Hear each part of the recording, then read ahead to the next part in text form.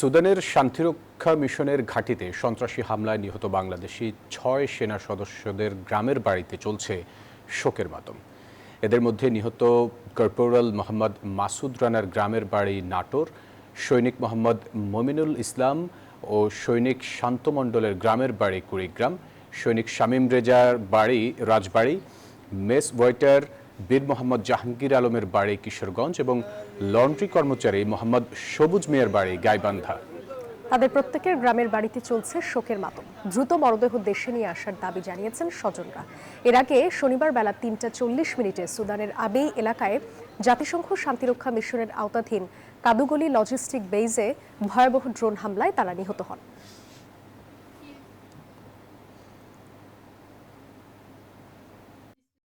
অনেক খরচাপাতি করে লেখাপড়া করে এইটার একটু চাকরিটা দিছিল, এখন তো তার পরিবার নিঃস্ব হয়ে গেল। সরকারের কাছে আমার আবেদন যাতে তার এই লাশটা সঠিকভাবে ভালোভাবে চলে আসে এবং এই আর্থিক অবস্থার জন্য যেন একটু ভালোভাবে সরকার যেন একটু দেখাশোনা করে। আজ 1 মাস 7 দিন গেছে সুদান। শুক্রবারে কথা আছে আমার লাশ কথা, আমার লাশ কথা শুক্রবার আছে।